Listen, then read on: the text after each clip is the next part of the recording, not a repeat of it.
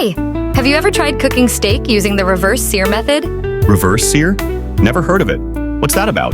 It's such a game changer. Basically, you slowly cook the steak in the oven first, then sear it in a hot pan for that perfect crust. The inside stays juicy, and the outside gets a nice, crispy finish.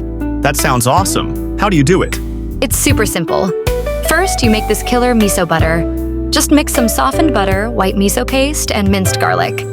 Set that aside for later. Miso butter? Yum, I love that. Yeah, it adds this rich, savory flavor that's perfect with steak. Then, season your steaks with olive oil, salt, and pepper, and let them sit at room temp for about 30 minutes to soak up the seasoning. Got it. Then what? Preheat your oven to 120 degrees Celsius or 250 degrees Fahrenheit. Pop the steaks on a wire rack over a baking tray and cook them in the oven for 30 to 45 minutes. You want the internal temp to be around 50 to 52 degrees Celsius for medium rare. And then, is the next step to sear them? Exactly. Heat a pan on high with a little olive oil, sear the steaks for about a minute on each side, then add the miso butter to the pan.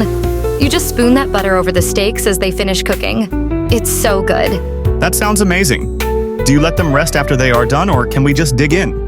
Yep. Always let them rest for about 5 minutes so the juices stay inside. Then just slice and enjoy. I'm definitely trying this. Thanks for the tip.